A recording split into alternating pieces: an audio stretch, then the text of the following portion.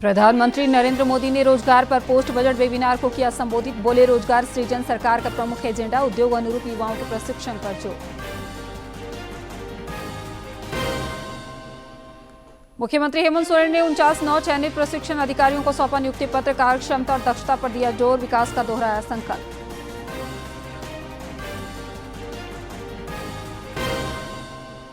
Speaker ने अधिकारियों की कार्यशैली पर जताई नाराजगी। सही समय पर जवाब नहीं मिलने पर लगाई फटकार। बजट पर चर्चा के दौरान कल्पना और इंदिरा यादव में नोकझोंक।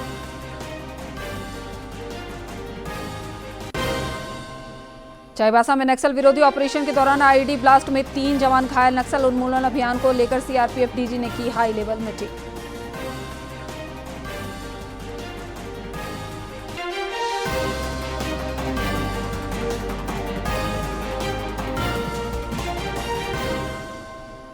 नमस्कार, प्रादेशिक समाचार में आप सभी का स्वागत है। मैं हूं आपके साथ प्रियंका मिश्रा। अब समाचार विस्तार से। प्रधानमंत्री नरेंद्र मोदी की अध्यक्षता में आज केंद्रीय कैबिनेट की बैठक हुई। इस दौरान कुछ महत्वपूर्ण प्रस्तावों पर मुहर लगी। कैबिनेट बैठक की जानकारी देते हुए केंद्रीय मंत्री अश्विनी वैष्णव ने बताया कि पशुधन, स्वास्थ्य और रोग निवारण के लिए योजना मंजूर की गई है। इस योजना के अंतर्गत अच्छी गुणवत्ता वाली और सस्ती जेनेरिक पशु चिकित्सा दवा उपलब्ध कराई जाएगी। आज एक फैसला लिया गया है लाइव स्टॉक की हेल्थ से रिलेटेड। ये 3,880 करोड़ का जो प्रोग्राम है, ये प्रोग्राम 4 मेजर डिजीजेस, जिनमें 2 का नाम यहाँ पे लिखा है जो बहुत बड़े डिजीज हैं, एफएमडी और ब्रुसेलोसिस। इसके अलावा 2 और डिजीज होते हैं, वो चारों इसमें कवर्ड है। और इन चारों से कैसे देश में लाइव स्टॉक को किस तरह से एक मेजर उनकी हेल्थ में इंप्रूवमेंट आए, वो इस प्रोग्राम का एम है। इसका जो मेजर थ्रस्ट रहेगा वो वैक्सीनेशन प्रोग्राम के थ्रू रहेगा। और वैक्सीनेशन जो प्रोग्राम अब तक चला है उसके बेनिफिट्स बहुत आए। मैं आगे वाली स्लाइड में आपको कंप्लीट बेनिफिट्स और अब तक के अचीवमेंट्स दिखाऊंगा। पहला वैक्सीनेशन, दूसरा मोबाइल वेटनरी यूनिट, जिससे कि किसानों के दरवाजे पे at the doorstep basic facilities मिल सके। और तीसरा हुआ एक भारत पशुधन पोर्टल बनाए जिसमें लाइव मॉनिटरिंग हो सके कि वैक्सीनेशन हुआ, नेक्स्ट वैक्सीनेशन का टाइम फ्रेम क्या आएगा, कैटल पे जियो टैग लगा के एक प्रॉपर साइंटिफिक वे में, इससे जैसा कई विकसित देशों में होता है उस तरह की फैसिलिटी यहाँ पे क्रिएट करने की कोशिश की जा रही है। एक बहुत इंपॉर्टेंट आएगा जेनेरिक मेडिसिन, जो हाई क्वालिटी की जेनेरिक मेडिसिन हैं। जैसा प्रधानमंत्री जन औषधि योजना है, वैसा ही इसमें पशु औषधि योजना बनाई गई है जिससे कि क्वालिटी जेनेरिक मेडिसिन दिए जा सके। प्रधानमंत्री नरेंद्र मोदी ने आज रोजगार पर बजट उपरांत वेबिनार को संबोधित किया। इस दौरान प्रधानमंत्री ने कहा कि रोजगार सृजन सरकार के प्रमुख एजेंडे में से एक है। उन्होंने कहा कि पर्यटन क्षेत्र में भी युवाओं के लिए रोजगार देने की क्षमता है। श्री मोदी ने कहा कि युवाओं को अवसर उपलब्ध कराने के लिए पीएम इंटर्नशिप स्कीम शुरू की गई है। प्रधानमंत्री ने उद्योग की आवश्यकताओं के अनुसार युवाओं के प्रशिक्षण पर भी जोर दिया। साथ ही देश में जारी विकास गतिविधियों की भी चर्चा की। एजुकेशन सिस्टम कई दशक के बाद कितने बड़े ट्रांसफॉर्मेशन से गुजर रहा है। नेशनल एजुकेशन पॉलिसी जैसे बड़े कदम, आईआईटी का विस्तार,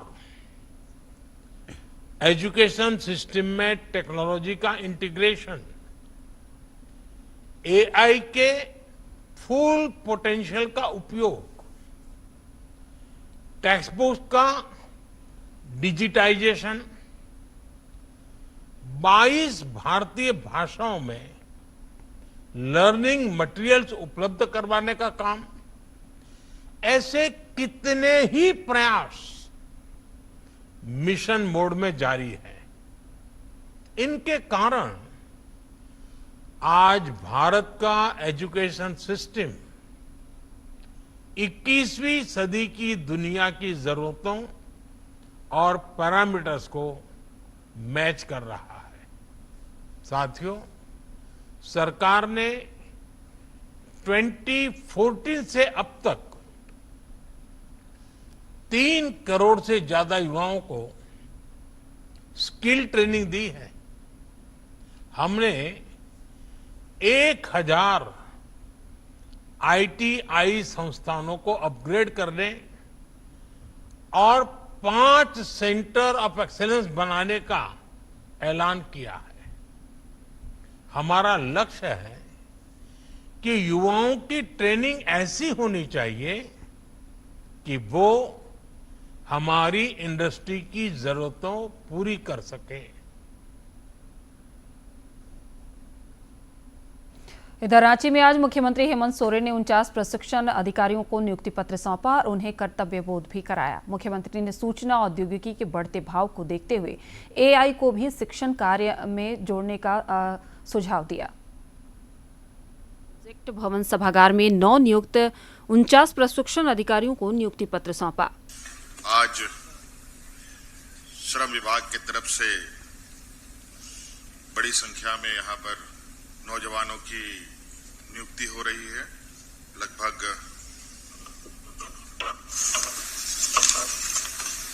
49-50 लोगों की नियुक्ति है।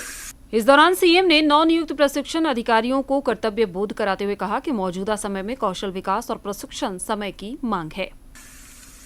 राज्य का सर्वांगीण विकास एक अकेले व्यक्ति से नहीं होता, बहुत सारे लोगों की सहयोग, टीचर से लेकर के, मजदूर से लेकर के, IAS, IPS से लेकर के जनप्रतिनिधि लोगों की भागीदारी होती है।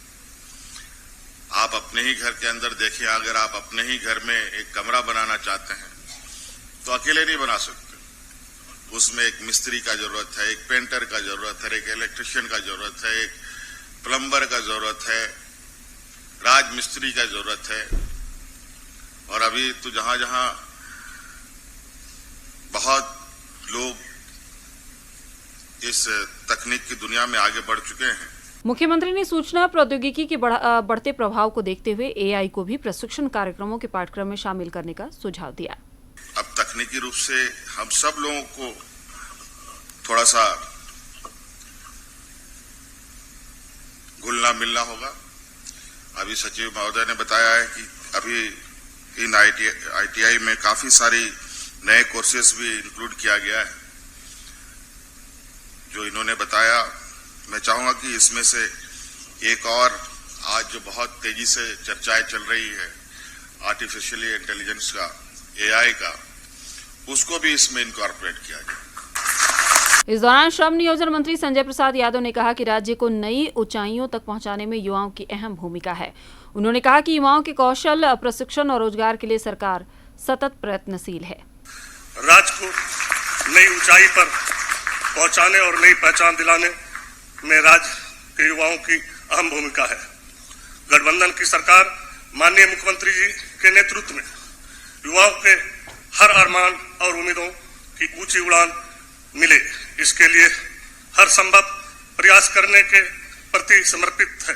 रांची स्थित प्रोजेक्ट भवन सभागार में आयोजित नियुक्ति पत्र वितरण समारोह में शिक्षा मंत्री रामदास सोरेन समेत कई गणमान्य लोग मौजूद थे। रांची से DD झारखंड के लिए ब्यूरो की रिपोर्ट। विधानसभा के बजट सत्र के 7वें दिन कार्यवाही सुचारू तरीके से चली। प्रश्नकाल के दौरान विधायकों ने जनहित से संबंधित कई सवाल पूछे, जिसका संबंधित मंत्रियों ने जवाब दिया।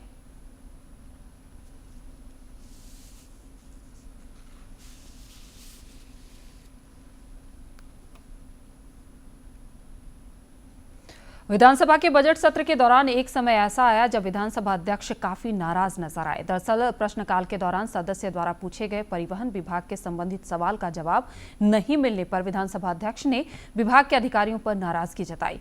उन्होंने तुरंत ही परिवहन मंत्री को कहा कि आप अपने विभाग के सक्षम अधिकारियों से पता करें कि सदस्य के सवाल का जवाब क्यों नहीं मिला, जबकि यह प्रश्न काफी पहले दिया गया था। वहीं विधायक प्रदीप यादव ने कहा कि जब तक ऐसे अधिकारियों पर कार्रवाई नहीं होगी, इसमें सुधार नहीं होगा। ऐसी गलती बार बार दोहराई जा रही है।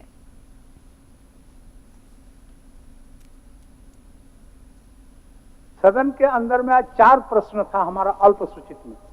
4 में से एक प्रश्न का उत्तर नहीं है जो परिवहन विभाग से है। माननीय परिवहन मंत्री जी, आप अपना विभाग के, अब हमारे मुंह से कुछ शब्द ऐसे निकल जाएंगे जो कि बहुत उचित नहीं होगा, लेकिन इतना तो जरूर कहेंगे कि कॉम्पिटेंट मंत्री से बैठ करके आप पता करिए कि मान्य सदस्यों का उत्तर काहे नहीं दिया है सब समय, जबकि ये प्रश्न 19/2/25 को पहुंचा है। और आपने भी जब विधानसभा सत्र प्रारंभ हुआ उसके पहले उच्च स्तरीय बैठक भी की।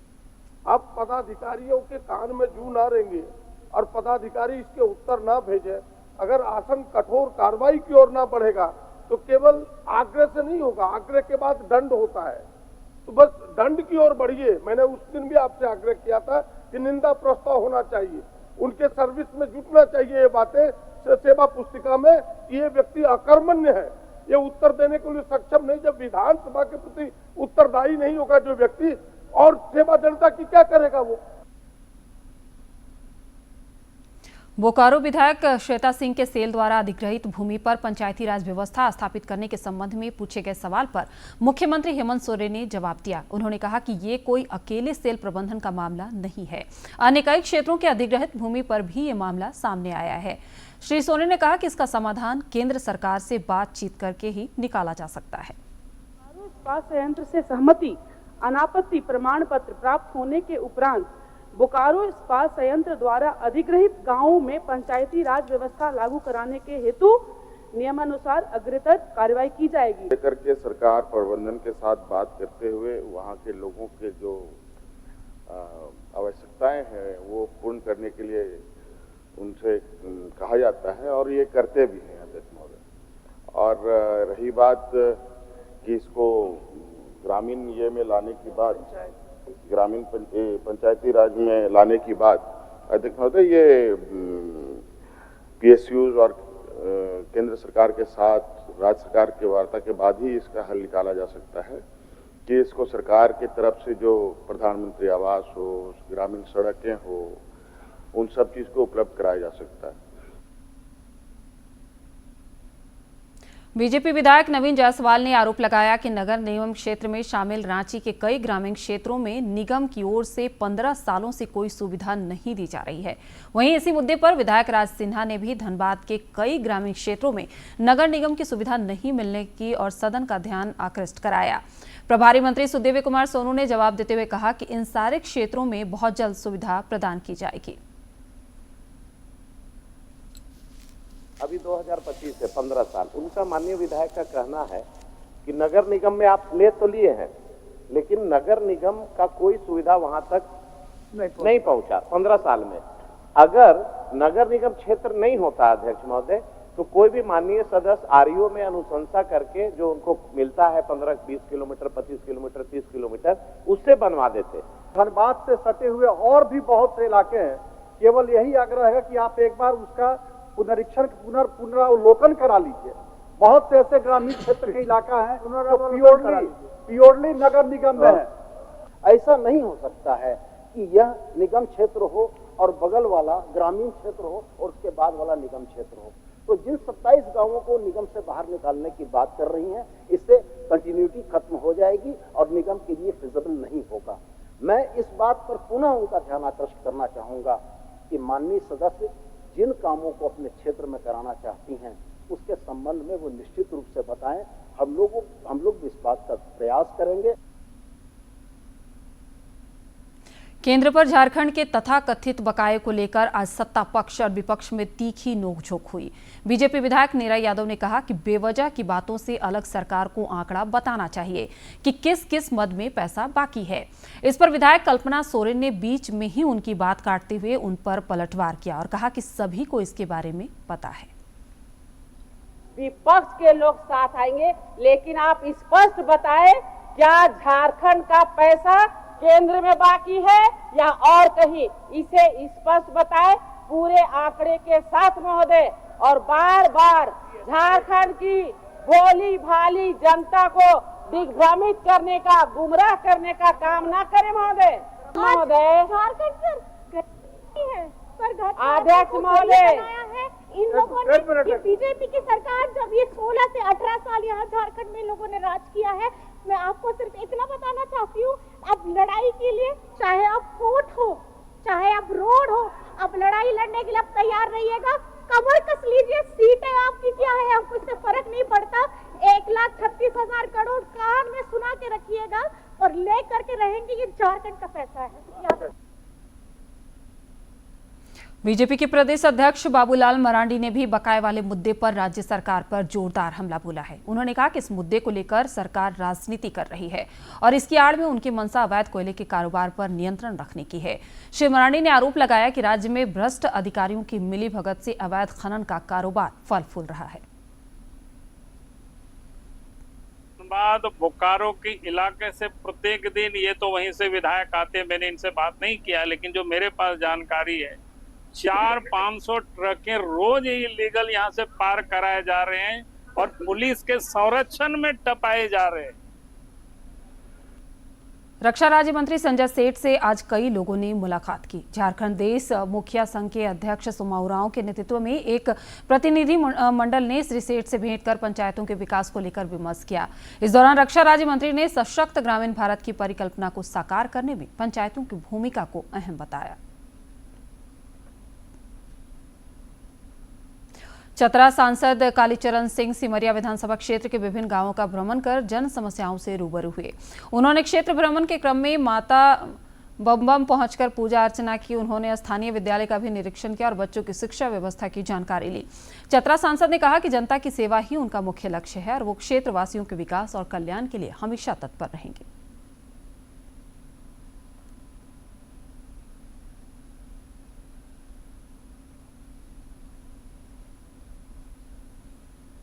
पश्चिमी सिंहभूम के छोटा नागरा थाना क्षेत्र में सर्च ऑपरेशन के दौरान आईईडी ब्लास्ट होने से आज 3 जवान घायल हो गए, जिन्हें बेहतर इलाज के लिए एयरलिफ्ट कर रांची लाया गया और इलाके में सर्च अभियान फिलहाल जारी है और घायलों जवानों को इलाज के लिए अस्पताल में भर्ती कराया गया है।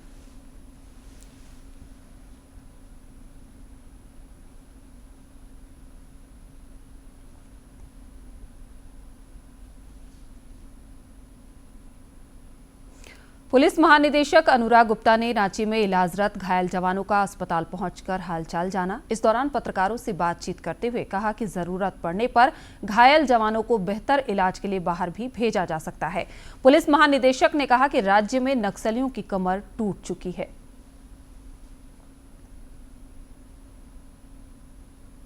नहीं कर सकते हमारे साथ। जब भी फायरिंग होती हमारी ओर से गोला है ना बारूद है, कुछ थोड़ी चल रहा है। ये कुछ पुराने माइन जो लोगों के द्वारा लगाए गए हैं जो कि समय से विस्फोट होते रहते हैं। हम लोग पूरे एहतियात बरतते हैं, फिर भी हर जंगल के हर रास्ते को पूरी तरह से क्लियर करना संभव नहीं है। इसी क्रम में ये घटना घटी है। हम लोग दोषियों को चिन्हित कर रहे हैं, हम लोग इन पर कार्रवाई कर रहे हैं। पहले भी कार्रवाई हुई है, बहुत सारे इनके मारे गए हैं। जो बाकी बचे कुचे 2, 4, 5, 10, 20 जो भी है, इनको भी मेरा टारगेट था 31 मार्च का। आज है 5 मार्च, 25 दिन और है। उम्मीद करते हैं कि इस बीच में हम लोग कुछ और लोगों को पकड़ लेंगे हमारे। इधर झारखंड में नक्सलियों के खात्मे के लिए आज सीआरपीएफ डीजी जीपी सिंह की मौजूदगी में रणनीति पर काफी देर मंथन हुआ। रांची स्थित सेक्टर मुख्यालय में ये बैठक हुई। इस दौरान माओवादी अभियान को तेज करने और सुरक्षा व्यवस्था मजबूत करने पर विशेष रूप से चर्चा हुई। केंद्र सरकार की पहल पर देश भर में संचालित जन औषधि केंद्र गरीबों मरीजों के लिए वरदान साबित हो रहा है। पलामू के मेदिनी राय मेडिकल कॉलेज अस्पताल में संचालित जन औषधि केंद्र में कई दवाइयां बाजार से तकरीबन आधे दामों पर उपलब्ध कराई जा रही हैं। मेडिकल कॉलेज अस्पताल में संचालित जन औषधि केंद्र में सस्ती दर पर मरीजों को दवाइयां उपलब्ध कराई जा रही हैं, जिससे लोगों को काफी राहत मिल रही है। मार्केट के रेट से बहुत सारी दवाइयां जो है सस्ती मिल रही है और सब दवाई यहाँ उपलब्ध है, जो नहीं है वो भी ये लोग अरेंज करके दे रहे हैं। ये सबसे बड़ी बात है। जन औषधि केंद्र के संचालक पंचम कुमार ने बताया कि केंद्र से सस्ती दवाओं के मिलने से लोगों पर आर्थिक बोझ कम हुआ है। जैसे बहुत लोग आते हैं, जैसे बोलते हैं कि हम आए हैं, हमारा शुगर की दवाई है 200 रुपये पड़ता है, यहाँ 27 रुपये पड़ता मिलता है। जैसे लिपोसिट्रीजिन मोडिलो का टैबलेट है, यहाँ 20 रुपये पड़ता मिलता है, जो 200 रुपये पड़ता मिलता है। स्वस्थ और सुखी समाज के निर्माण में निश्चित रूप से जन औषधि केंद्र काफी मददगार साबित हो रहे हैं। पलामू से जसप्रीत सिंह की रिपोर्ट। पलामू उपायुक्त शशि रंजन ने समाणालय सभागार में समेकित विरसा ग्राम विकास योजना पाठशाला अंतर्गत गठित जिला स्तरीय अनुश्रवण समिति की बैठक को संबोधित किया। इस दौरान उन्होंने पलामू जिले में विकसित किए जा रहे कृषि फॉर्म के कार्य गति में शिथिलता बरतने को लेकर कड़ी नाराजगी जताई और कार्य में लगी 2 कार्यकारी एजेंसी के विरुद्ध कार्रवाई का निर्देश भी दिया।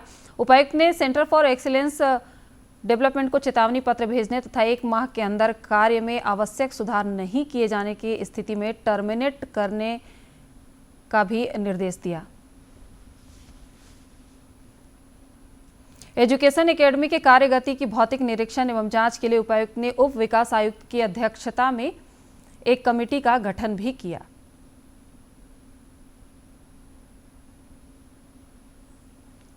सरायकेला खरसावां के जिलिंगोड़ा गांव स्थित जाहिर थान में बाहा का आयोजन किया गया, जिसमें पूर्व मुख्यमंत्री चंपई सोरेन भी शामिल हुए। इस दौरान उन्होंने जनजातियों के समृद्ध परंपरा के संरक्षण और संवर्धन की विविधता पर जोर दिया। प्राकृतिक पूजक संथाल आदिवासी खेरवाड़ समुदाय के प्रमुख त्योहारों में एक बाहा पर्व की शुरुआत हो गई है। 5 दिनों तक चलने वाले इस पर्व को लेकर राज्य के सभी खेरवाड़ जाहिरगढ़ में विधि विधान से बाहा बोंगा की पूजा अर्चना की गई। पूर्व मुख्यमंत्री और सरायकेला के स्थानीय विधायक चंपई सोरेन ने अपने पैतृक गांव गम्हरिया प्रखंड के जिलिंगोड़ा स्थित पारंपरिक जाहिरगढ़ में बाहा बोंगा की पूजा अर्चना की तथा राज्य की सुख समृद्धि की कामना की। आज ये आदिवासी का सांताल समुदाय का बहुत पवित्र पर्व। आज क्या दिन सभी नया कपड़ा हमको बांधते हैं, घर द्वार से साफ सफाई से लेकर हर चीज। और यही हमारा समय समय पर पूजा है। इसका पहले हम लोग माघ पूजा किया। माघ पूजा वो जाहिरगढ़ से दूसरा एक देव स्थान। इस दौरान मीडिया से बातचीत के क्रम में पूर्व मुख्यमंत्री ने जनजातियों की समृद्ध परंपरा के संरक्षण और संवर्धन की प्रतिबद्धता पर जोर दिया। उन्होंने सरकार पर निशाना साधते हुए कहा कि आज साजिश के तौर पर राज्य में आदिवासियों के अस्तित्व के साथ खिलवाड़ किया जा रहा है। श्री सोरेन ने बताया कि 23 मार्च से राज्य के आदिवासियों के साथ नए आंदोलन की शुरुआत की जाएगी, ताकि राज्य में हो रहे घुसपैठ और परंपराओं के साथ छेड़छाड़ पर अंकुश लगे। हमारा ये जाहिरगढ़ मिटने का प्रयास कर रहे हैं, धर्म परिवर्तन करके बांग्लादेश से आके हमारा परिवार के बहु बेटी के ऊपर नजर करके हमारा सामाजिक व्यवस्था को बिगाड़ रहे हैं। इस सारा चीज से बचाने के लिए हमारा अभियान इसी महीने से चलने जा रहा है। बाहा पर्व को लेकर जिलिंगोड़ा जाहिरगढ़ को दुल्हन की तरह सजाया गया है। यहाँ की खूबसूरती देखते ही बन रही है। सरायकेला खरसावां से अनूप की रिपोर्ट। चालीसा काल की आज से शुरुआत हो गई है। इस उपलक्ष्य में गिरजाघरों में विशेष आराधना भी हुई।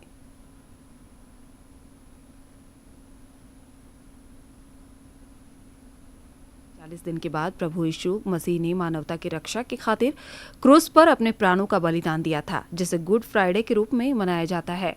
ईसाइयों का मानना है कि मनुष्य का शरीर मिट्टी से बना हुआ है और उसे एक दिन मिट्टी में ही मिल जाना है। इसलिए राख बुधवार पर सभी माथे पर राख लगाकर इस बात को याद करते हैं। चालीसा काल की शुरुआत पर गिरजाघरों में विशेष आराधना भी की गई। का जो है राख बुध है, ये त्याग और तपस्या का। चालीसा काल ख्रिस्तियों के लिए एक महत्वपूर्ण समय है, जिसमें ख्रिस्ती अपने जीवन को एक नए ढंग से त्याग, तपस्या और प्रार्थना में जीवन बिताते हैं, जिससे कि वे अपने जीवन को एक सुंदर ढंग से अच्छा ख्रिस्ती जीवन जी सके। ईश शास्त्र और विधिवेता फादर महेंद्र पीटर और सामाजिक कार्यकर्ता रतन तिर्की ने कहा कि चालीसा काल बुराई से अच्छाई की ओर लौटने तथा अपने पाप को पहचानने का काल होता है। मूल चीज है 40 दिन इंसान अपने जीवन को बदलता है, बुराइयों से अच्छाई की ओर जाने का प्रयास करता है, सोच मंथन करने का प्रयास, रिट्रोस्पेक्शन की बात है। हे मनुष्य तू मिट्टी है और एक दिन मिट्टी में मिल जाएगा।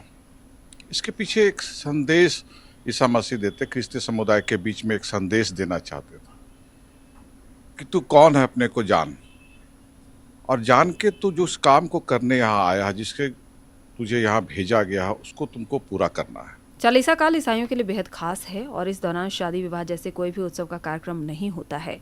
दूरदर्शन समाचार के लिए रांची से प्रताप की रिपोर्ट। आइए देखते हैं विधानसभा समीक्षा। झारखंड सरकार की ओर से आज विधानसभा में बताया गया कि राज्य में जल जीवन मिशन के तहत कुल 34.23 लाख घरों को नल जल कनेक्शन उपलब्ध कराया गया है। बीजेपी विधायक सत्येंद्र नाथ तिवारी के एक प्रश्न के उत्तर में मंत्री योगेंद्र प्रसाद ने ये जानकारी दी। योगेंद्र प्रसाद ने बताया कि केंद्र से धनराशि का भुगतान न होने से परियोजना प्रभावित हो रही है। उन्होंने कहा कि राज्य सरकार ने जल जीवन मिशन के तहत अब तक 62,55,684 घरों के लक्ष्य के मुकाबले 34,23,562 घरों में नल का पानी उपलब्ध कराया है।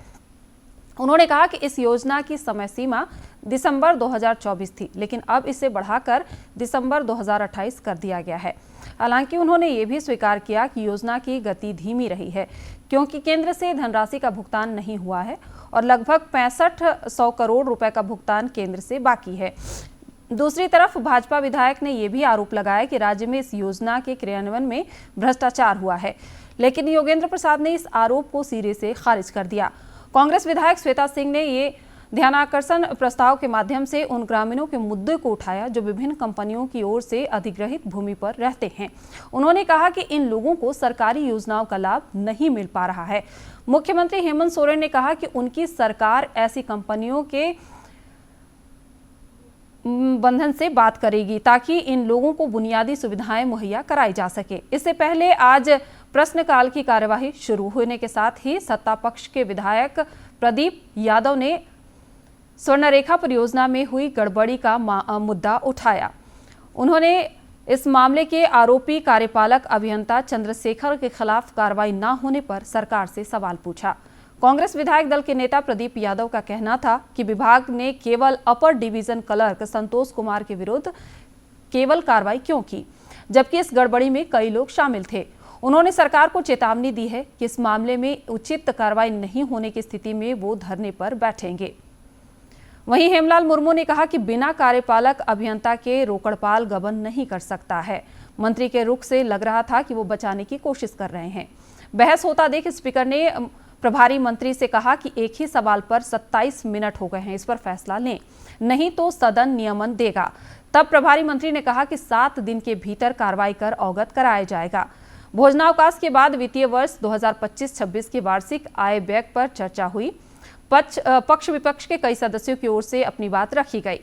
चर्चा के बाद सरकार की ओर से वित्त मंत्री राधाकृष्ण किशोर ने जवाब दिया। उन्होंने बताया कि वर्ष 2024-25 में केंद्र सरकार की ओर से नीति आयोग के दिशा निर्देश के अनुसार 16,000 करोड़ रुपए के अधिक का ग्रांट मिलना चाहिए, लेकिन इसमें से करीब 5 करोड़ रुपए से अधिक का ही ग्रांट मिला।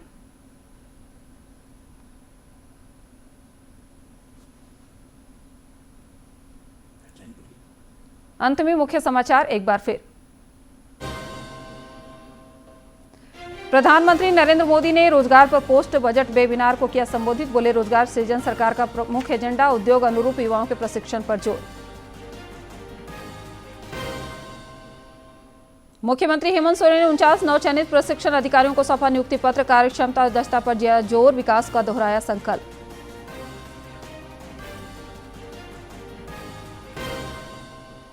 स्पीकर ने अधिकारियों की कार्यशैली पर जताई नाराजगी। सही समय पर जवाब नहीं मिलने पर लगाई फटकार। बजट पर चर्चा के दौरान कल्पना और नीरा यादव में नोकझोंक।